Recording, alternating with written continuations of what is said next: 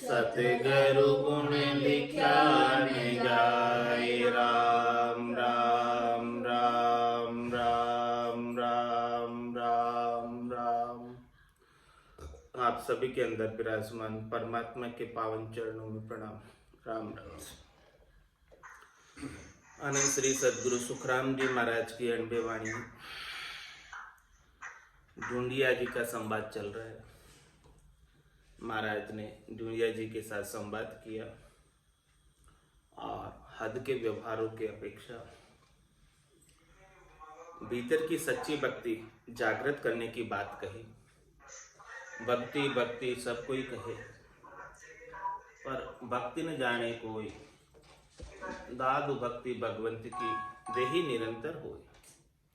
सच्ची भक्ति वही है जो घट के भीतर अनवरत रूप से, निरंतर रूप से तेल धारावत चलती रहे, अखंडित रूप से चलती रहे, एक पल के लिए भी जो खंडित नहीं हो, वही सच्ची भक्ति है। ऐसी सच्ची भक्ति को तो प्राप्त नहीं करते और हद के व्यवहारों में उलझे रहते हैं। उनके लिए महाराज उन सब का वर्णन करके बता रहे कि केवल हद के व्यवहारों से को करने से हद में फल मिलेंगे, त्रिलोकी में फल प्राप्त होंगे। आप हद के व्यवहारों को कर कर इसी को धर्म मानकर आप चाहते हो कि हमारा मोक्ष हो जाए, तो महाराज हमारे न तो हुआ है, न हो रहा है और न आगे भी होगा। जब तक सच्ची भक्ति निज नाम की, सतनाम की, कुदरत कला की, नेंचर की घट के भीतर जागृत नहीं होगी, तब तक काम होने वाला नहीं। जो ऋषभ देव स्वामी से लगाकर महावीर स्वामी ने की, वो भक्ति करो। आद भजियो जन ऋषभ देव, अंत भजियो महावीर। 8 पोर सिमरन किया, दर्चित ध्यान सधीर। दर्चित ध्यान सधीर इकंतर आसन किया, छाड़ दिया सब भरम जगत सु चारज लिया। केवल भज केवल हुआ, चुगे हंसता हीर। आद भजियो जन ऋषभ देव, अंत भजियो महावीर।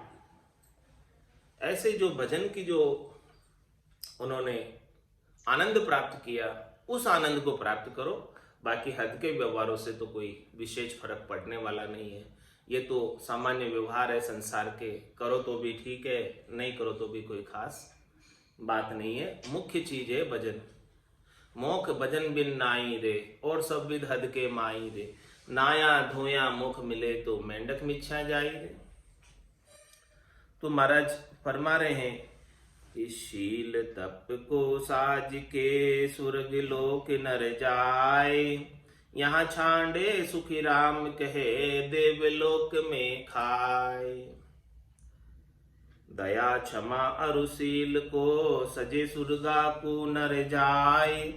कह सुख देव सुने ढूंढिया, विषय रस वहां खाए।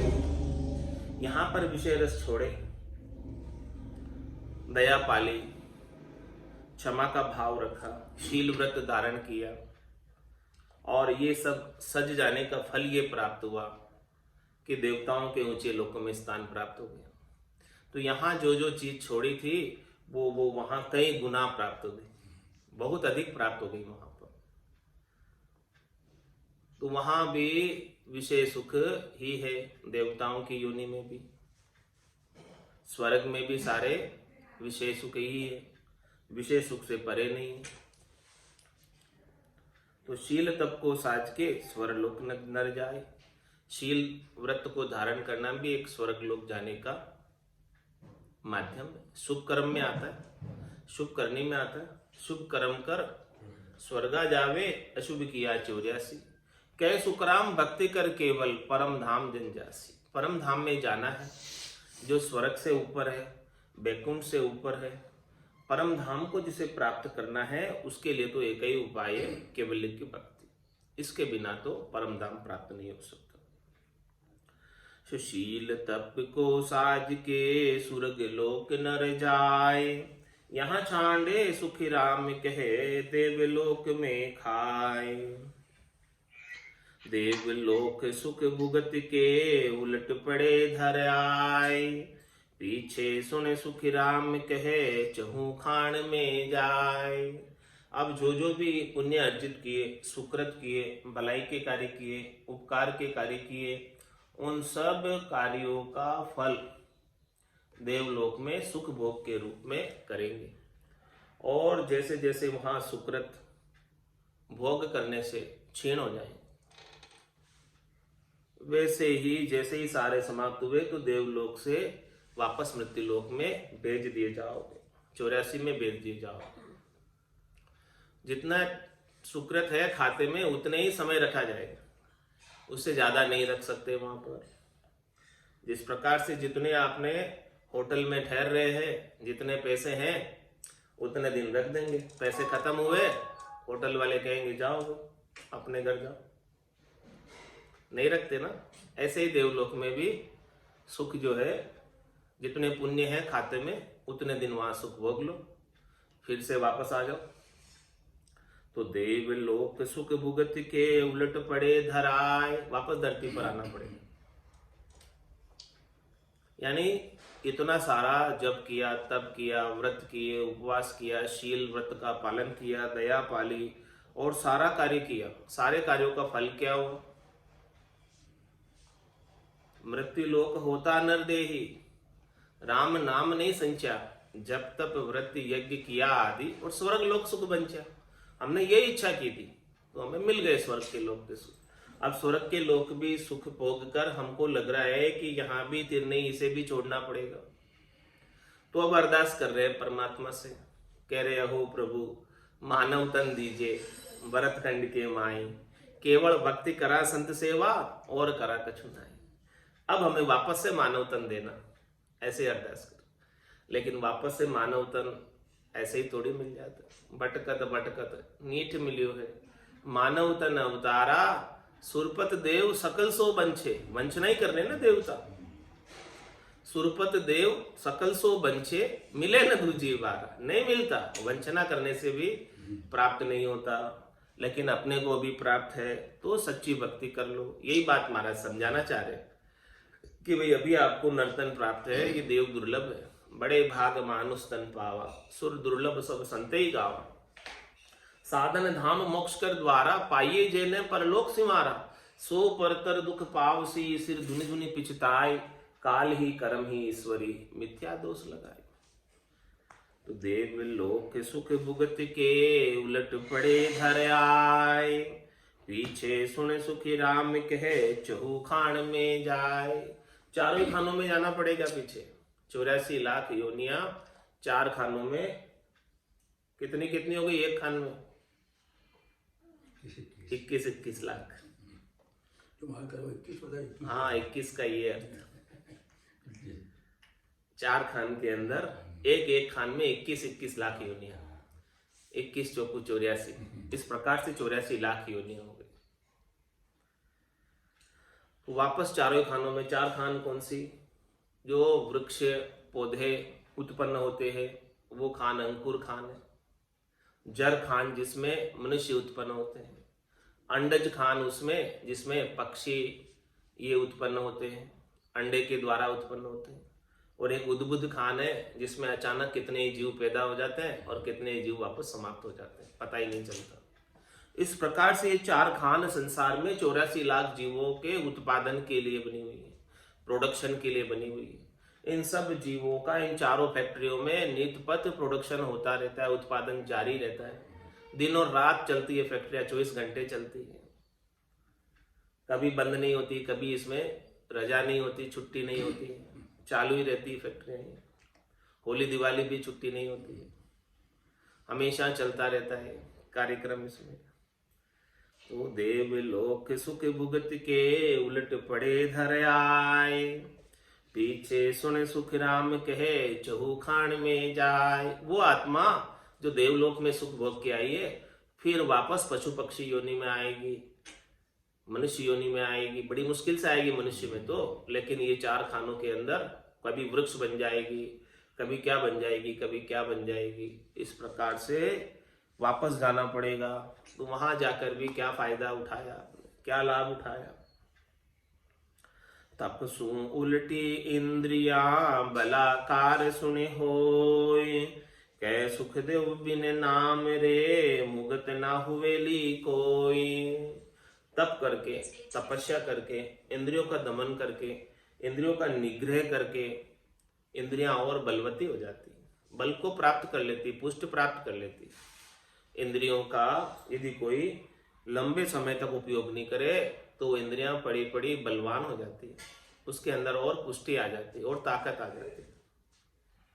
तो तपसु उलटी इंद्रियां बलाकार सुने होय, और अधिक बल को प्राप्त कर लेती। कह सुखदेव बिन नाम रे मुगत ना हुवेली कोई। महाराज फरमाने कि केवल इंद्रियों का दमन करने से, तपस्या करने से, तप करने से मुक्ति प्राप्त नहीं हो सकती। बिना नाम की भक्ति के, बिना नाम के और निज नाम के मोक्ष प्राप्त नहीं हो सकता।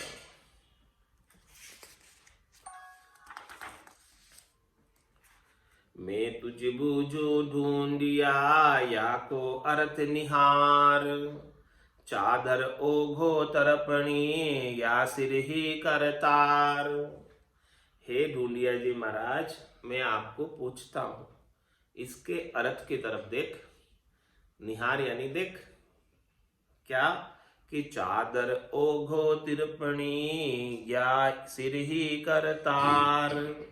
केवल चादर, ओघा और पात्रा धारण करने से क्या परमात्मा मिल जाएंगे तुम्हें? ये बता मुझे।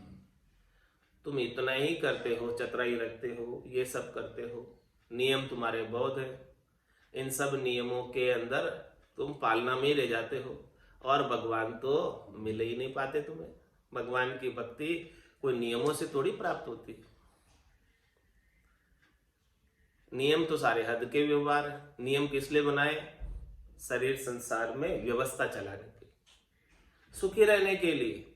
तो उस व्यवस्था तो मैनेजमेंट का पार्ट है, उस मैनेजमेंट के पार्ट में ही तुम निभाने में रह गए तो परमात्मा किधर मिलेंगे? मिल ही नहीं पाएंगे। प्रोटन हारा कर्म है गड़िया सो करतार, काट सूत जू ब्रह्म है जल जू श्री भरतार। प्रोटन हारा कर्म, सुख दुख की प्राप्ति कराने वाला कौन है? प्रोटन हारा यानी पोषित करने वाला। कभी किसी को सुख मिल रहा है, कभी किसी को दुख मिल रहा है। किस कारण से मिल रहा है? सबको अपने अपने कर्मों के कारण से। जो जो जैसा जैसा जीव ने कर्म किया वो उसके उसके खाते में लिखित गया, और उस कर्मों के अनुसार उसे सुख और दुख प्राप्त होता। तो प्रोटन हारा कर्म है गड़िया सो करतार। और इन सबको किसने गढ़ा? करतार ने, परमात्मा ने। अनगढ़ बाबा ने सबको गढ़ा है। काट सूत जू ब्रह्म है जल जू श्री भरतार। जिस प्रकार से काष्ठ के अंदर अग्नि है, उसी प्रकार से ब्रह्म है। जिस प्रकार से कपड़े के अंदर सूत है, उसी प्रकार से सबके अंदर ब्रह्म है। जल जू श्री भरतार, जिस प्रकार से सभी वनस्पति में सभी के अंदर जल है, वैसे ही भरतार परमात्मा सबके अंदर मौजूद है, सबके अंदर विद्यमान है। कोई भी जगह उनके बिना खाली नहीं। तुम भले कितनी चतुराई करो, क्या इनका उपयोग नहीं कर पाओगे? नहीं करोगे क्या?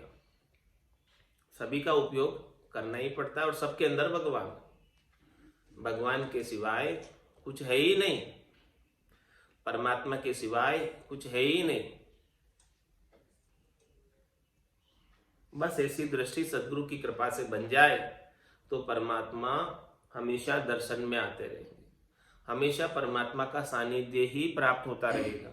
यही आरती, यही पूजा, राम बिना दर से नहीं दूजा।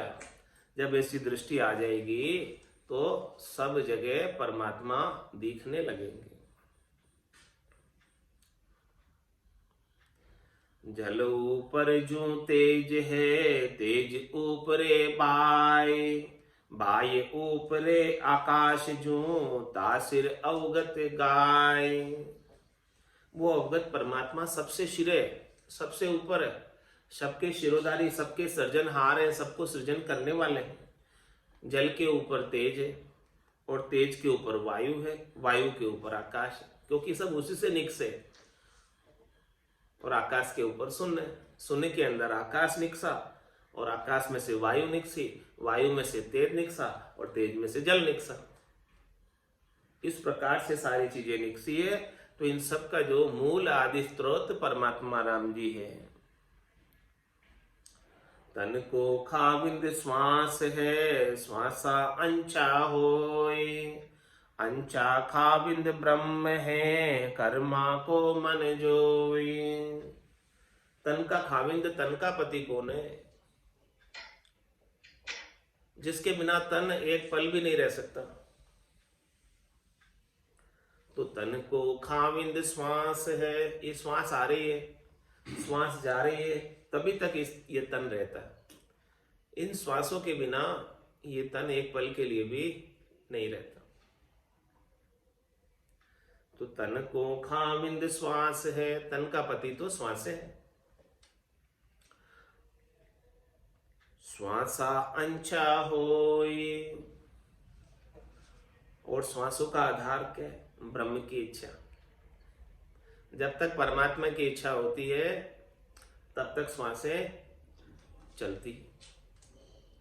बिना परमात्मा की इच्छा के श्वासें नहीं चल सकती, एक सांस भी नहीं ले सकता। तो तन को खाविंद तो श्वास है और श्वास का खाविंद परमात्मा की इच्छा है, हरि इच्छा। हरि इच्छा प्रबल है। अंशा खाविंद ब्रह्म है, और अंशा का पति कौन? अंशा के मालिक कौन है? ब्रह्म परमात्मा राम जी। और कर्मा को मन जोई, और कर्मों का खाविंद कौन है? आपका मन। कर्मों का राजा कौन है? मन। इंद्रियों का राजा कौन है? मन। तो कर्म करावे मन, चाहे दुग्ध्या उपजावे, सब काम यही करता है, मन ही करता है। और जब तक मन का संग किए रहोगे तब तक जन्म मरण में जाते रहते रहोगे। मन को मार मरेगा सोई, परम धाम में वासा हो। तो तन का खाविंद तो श्वास है। महाराज एक के ऊपर एक चीज बता रहे, समझो उस बात को। और श्वासों का खाविंद हरि इच्छा है, और हरि की इच्छा हरि के अधीन है। तो क्यों नहीं आप हरि को राजी कर लो, परमात्मा को रिझा लो, उनको खुश कर लो, तो सदैव सदैव के लिए अमर हो जाओगे। परमात्मा रिझ जाएंगे तो अपने चरणों में हमेशा हमेशा के लिए स्थान दे देंगे। तो फिर बार बार ये मन का संग नहीं करना पड़ेगा, शरीर का संग नहीं करना पड़ेगा, कर्मों का संग नहीं करना पड़ेगा, कर्मों का फल भी नहीं भोगना पड़ेगा, 84 में नहीं आना पड़ेगा, धर्मराय की अदालत में न्याय कराने नहीं जाना पड़ेगा।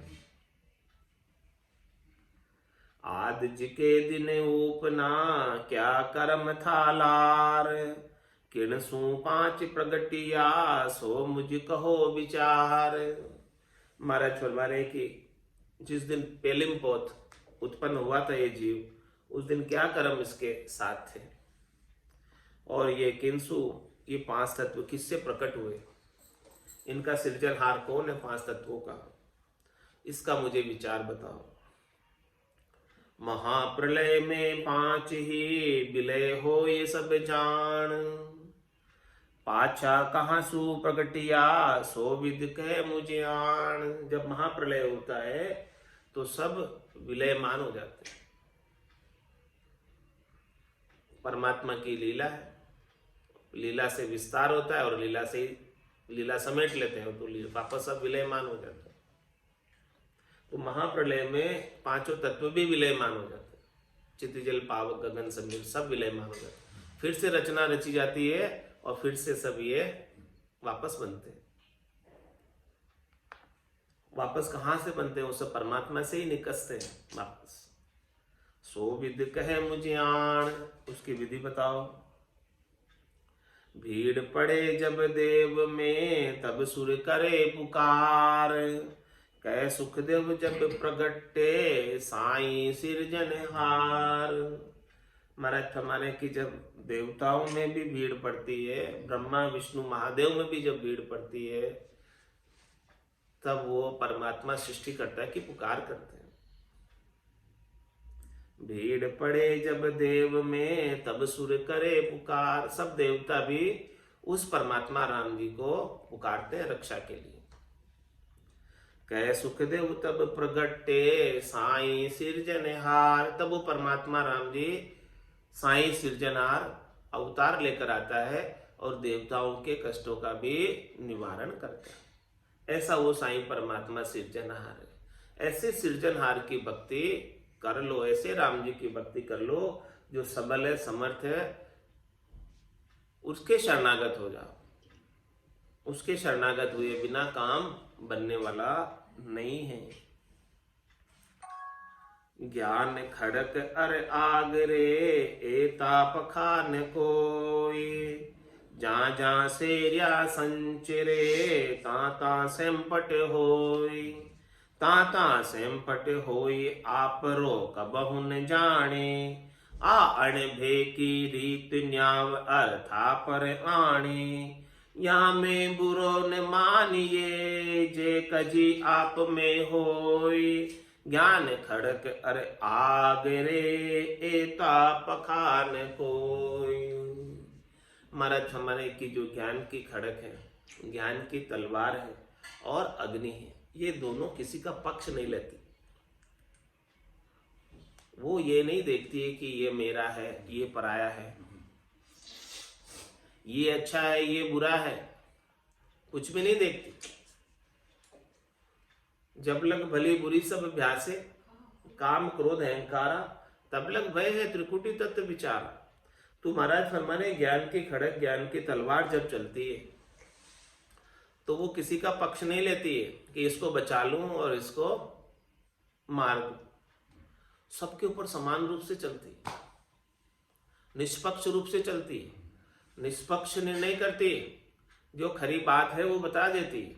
वो तो को सत्य ज्ञान बतावे कछु न राके छंदोरे। महाराज के मेरे को किसी से डर थोड़ी, जो मैं छिपा कर घुमा कर फिरा कर लोग क्या कहेंगे उसकी भी मैं परवाह नहीं करता। सबके साथ सत्य बात का संवाद करते कि भाई सत्य बात क्या है, इस बात को समझो। जब तक सत्य बात को नहीं समझोगे तब तक इस मिनखा देही को ऐसे ही व्यर्थ में गंवा कर चले जाओ। इसीलिए सत्य बात को समझना बहुत आवश्यक है। इसीलिए मेरे तो किसी से डर नहीं है, मेरे को किसी से कोई लेना नहीं है जो मैं घुमा फिरा कर बात करूं, चिकनी चुपड़ी बात करूं, लोग क्या कहेंगे उसकी परवाह करूं। क्यों करूं मैं परवाह? लोग कुछ भी कहो, मैं तो सत्य बात बोलूंगा। जो सत्य है उसका सत्य का ही बखान करूंगा। असत्य मेरे मुखारबिंद से एक भी वचन नहीं है। जितने भी वचन है उसमें सब में सत्य बात का निरूपण है। तो ज्ञान खड़क अरे आग रे, ये ज्ञान की तलवार जब चलती है, खड़क जब चलती है और आग जब लगती है तब दोनों ही पक्ष नहीं लेती। अच्छी वस्तु को भी जला देती है, बुरी वस्तु को भी जला देती है, किसी का पक्ष नहीं। इसी प्रकार से ज्ञान की खड़क पाप और पुण्य दोनों की तरफ चलती है, दोनों को समाप्त कर देती है। दुधारी तलवार है, पाप पर भी चलती है, पुण्य पर भी चलती है। पाप पुण्य दुनिया सुन्यारा, भरम करम दुनिया सुन्यारा। जहां सुर हो लिवलाई, कह सुख राम राम बिन जग में सब ही कर्म उपाय। तो ज्ञान खड़ग अरे आग रे, इसका स्वभाव अग्नि की तरह है। ज्ञान का सब कुछ जलाकर भस्म कर देता है, कुछ भी नहीं रखता कर्म, एक भी कर्म बाकी नहीं रहते। सारे संचित कर्म जलकर राख हो जाते हैं, अच्छे हैं चाहे बुरे हैं। कर्म का खाता शून्य होगा, नील होगा, तभी ना वो धर्मराय छोड़ेगा। इसके बिना तो नहीं छोड़ने वाला। इसके बिना तो उन कर्मों को भुगताने के लिए, पुण्यों को भुगताने के लिए देवताओं की ऊंची योनि में स्थान प्राप्त कराएगा और पाप को भुगताने के लिए पशुओं की योनि में भेजेगा। तो ज्ञान खड़ग अरे आग रे एता पखान कोई, इसके कोई पक्ष नहीं है, निष्पक्ष है। दोनों ज्ञान का निरूपण, ज्ञान का वर्णन, सत्य केवल ज्ञान का वर्णन निष्पक्ष ज्ञान है, किसी के पक्ष की बात नहीं है। इसके अंदर कोई मत की, पंथ की, संप्रदाय की बात नहीं है, सबसे अलग है और सबके ऊपर एप्लीकेबल होता है, सबके ऊपर लागू होता है। जो कोई भी इसको धारण करना चाहे, इसमें किसी का कारण नहीं, न पढ़े लिखे का कारण है, न बिना पढ़े लिखे का कारण है, न स्त्री का कारण है, न पुरुष का कारण है, न कोई जाति का कारण है, न कोई वर्ण का कारण है, न कोई आश्रम का कारण है। कोई भी इसको केवल ज्ञान को धारण करने का अधिकारी है, क्योंकि ये सबसे परे की चीज है, किसी के पक्ष में है ही नहीं, निष्पक्ष ज्ञान है। तो ज्ञान खड़ग अरे आग रे एता पखान कोई, जहाँ जहाँ सेरिया संचरे ता ता संपट होय। महाराज फरमाने कि जिस तरफ से निकलता है उस तरफ से सबका सफाया करता हुआ जाता है, साफ करता हुआ जाता है, बिल्कुल क्लीन कर देता है, कुछ भी नहीं रखता है। ता संपट होई आप रोक बहु न जाने।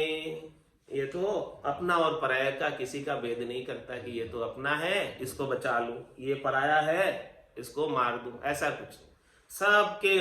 सबके ऊपर समान रूप से ये ज्ञान चलता है, ज्ञान का। और आग चलती है, जैसे आग चलती है वैसे ज्ञान चलता है। या अणभे की रीत न्याव अर्था पर आणे। महाराज माने यही रीत अणभे ज्ञान की, न्याव अर्था पर आणे, बिल्कुल न्याव से बात करेंगे, निष्पक्ष बात करेंगे, पक्ष की इसमें कोई बात ही नहीं है। चाहे कोई बुरा मानो चाहे भले कोई अच्छा मानो, कोई परवाह नहीं, बुरा मानने की अच्छा मानने की कोई बात ही नहीं है। सारा निष्पक्ष निर्णय किया है, सत्य बात का निरूपण किया है। तो या अणभे की रीत न्याव अर्था में पराणे। तो महाराज फरमाने या में बुरो न मानिए जे कजी आप में होए। यदि आप में कमी है तो आप बुरा नहीं माने, आप अपनी कमी को दूर करें, तभी जाकर मनुष्य जन्म सार्थक होगा, सफल होगा। इसके बिना तो वापस मनुष्य जन्म मिलने वाला नहीं, अभी व्यर्थ चला गया तो। इसलिए अभी व्यर्थ नहीं जाना चाहिए। कोई भी कमी कसर रह रही है तो निकाल लो। ये निष्पक्ष ज्ञान है, निष्पक्ष निर्णय है। इस निष्पक्ष ज्ञान के निष्पक्ष निर्णय को समझ लो। ज्ञान खड़ग अरे आग रे एता पखान कोई, मनुष्य जन्म अनमोल रे मिट्टी में ना रोल रे। अब तो मिला है फिर न मिलेगा, कभी नहीं कभी नहीं कभी नहीं रे। अब तो मिला है फिर न मिलेगा, कभी नहीं कभी नहीं कभी नहीं रे। तू सत्संग में जाया कर, गीत प्रभु के गाया कर। तू सत्संग में जाया कर, गीत प्रभु के गाया कर। शाम सवेरे बैठ के बंदे उसका ध्यान लगाया कर। शाम सवेरे बैठ के बंदे उसका ध्यान लगाया कर। नहीं लगता कछु मोल रे मिट्टी में ना रोल रे। नहीं लगता कछु मोल रे मिट्टी में ना रोल रे। अब तो मिला है फिर न मिलेगा, कभी नहीं कभी नहीं कभी नहीं रे। अब तो मिला है फिर न मिलेगा, कभी नहीं कभी नहीं रे। तू है बुलबुला पानी का, मत कर जोर जवानी का। तू है बुलबुला पानी का, मत कर जोर जवानी का। नेक कमाई कर ले बंदे, पता नहीं जिंदगानी का। नेक कमाई कर ले बंदे, पता नहीं जिंदगानी का। सबसे मीठा बोल रे मिट्टी में ना रोल रे। सबसे मीठा बोल रे मिट्टी में ना रोल रे। अब तो मिला है फिर न मिलेगा, कभी नहीं कभी नहीं कभी नहीं रे। अब तो मिला है फिर न मिलेगा, कभी नहीं कभी नहीं कभी नहीं रे। मतलब का संसार है, नहीं शिकायत बार है। मतलब का संसार है, नहीं शिकायत बार है। संभल संभल कर चलना बंदे, फूल नहीं अंगार है। संभल संभल कर चलना बंदे, फूल नहीं अंगारे। मन की आंखें खोल रे, मिट्टी में ना रोल रे। मन की आंखें खोल रे, मिट्टी में ना रोल रे। अब तो मिला है फिर न मिलेगा, कभी नहीं कभी नहीं कभी नहीं रे। अब तो मिला है फिर न मिलेगा, कभी नहीं कभी नहीं कभी नहीं रे। सतगुरु परम उदार है, ज्ञान के भंडार है। सतगुरु परम उदार है, ज्ञान के भंडार है। जो कोई उनकी शरण में जावे, उसका बेड़ा पार है। जो कोई उनकी शरण में जावे, उसका बेड़ा पार है। ज्ञान ही अनमोल रे, मिट्टी में ना रोल रे। ज्ञान ही अनमोल रे, मिट्टी में ना रोल रे।